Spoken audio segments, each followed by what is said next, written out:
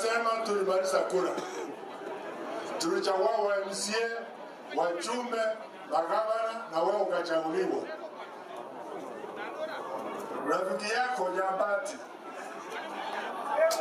nilimshinda by 33,000 votes.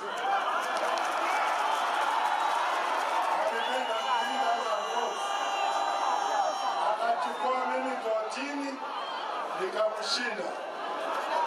Akanichukua koto la pili nikamshinda.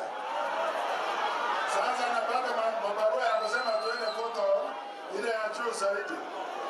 Na unajua nilikuwa kwa kumpea kazi. Si umwambia aje hiyo maneno. Ukiwa mshindani lazima ukubali kushindwa. Ndio wewe ukishinda watu wakubali. Ndio. Na Korea si aewa. Haisi nisaidie pale hiyo.